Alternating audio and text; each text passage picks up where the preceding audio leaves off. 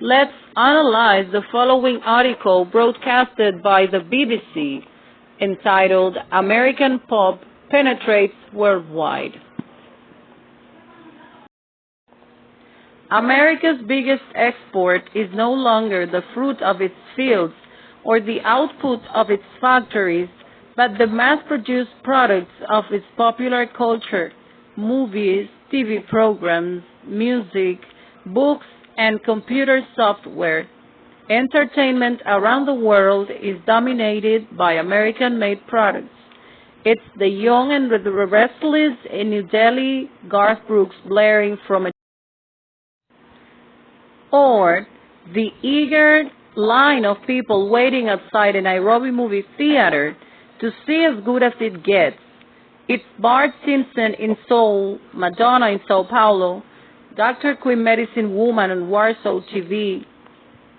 Sociologist Todd Gittling calls American popular culture the latest in a long succession of bidders for global unification. It succeeds the Latin imposed by the Roman Empire and the Catholic Church and Marxist-Leninism imposed by communist governments.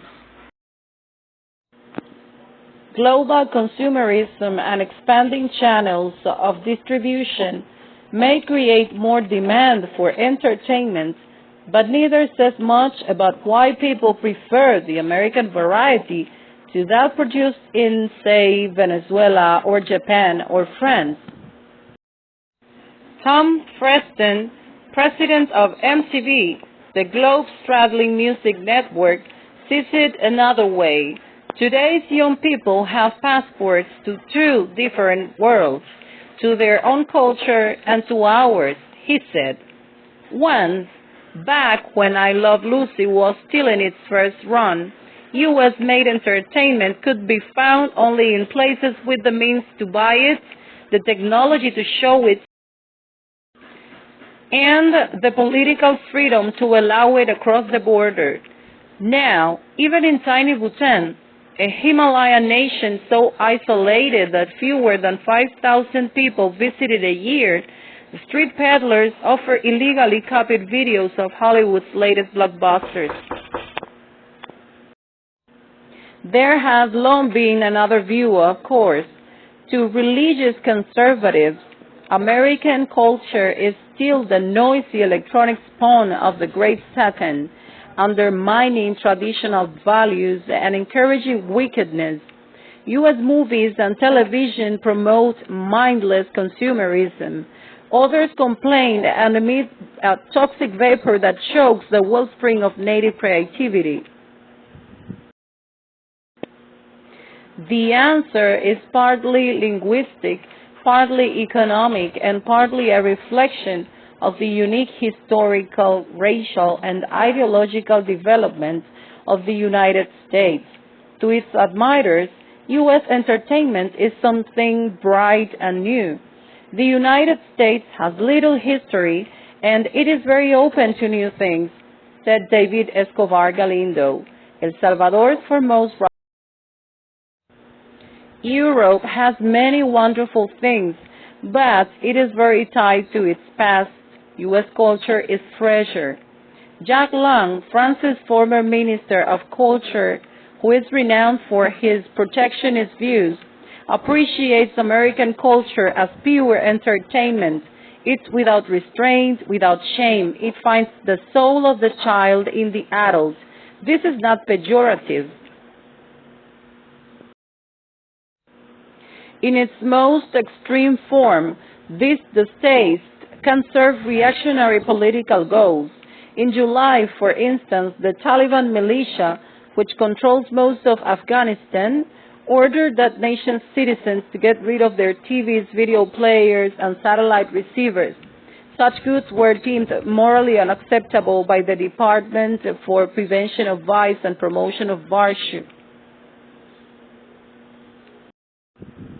A fair number of Americans might even agree with Fidel Castro's recent critique of the United States canned culture, which he contended transmits poisonous messages in the social and moral order to all families, to all homes, and to all children. This was posted by the Washington Post. So now I want you to go back to the text and answer these comprehension tasks. The first one is, why do you think, what do you think, I'm sorry, is America's biggest export? What is America's biggest export according to the article?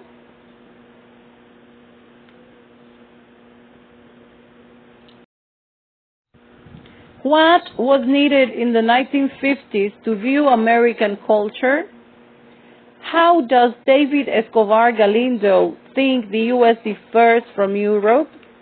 In your own words, explain what is meant by mindless consumerism. Explain what Fidel Castro means by transmits poisonous messages in the social and moral order to all families, to all homes, and to all children. Remember that when you have to answer comprehension tasks, you need to go back to the text because this is a reading task. Therefore, you need to go to the article again and find the information. So now you have to skim and scan in order to find the correct answers. Go for it. All right, so you will locate the information in the article and answer all questions. I will be waiting for you right now in our WhatsApp group to continue with this cultural debate on American supremacy. Let's go.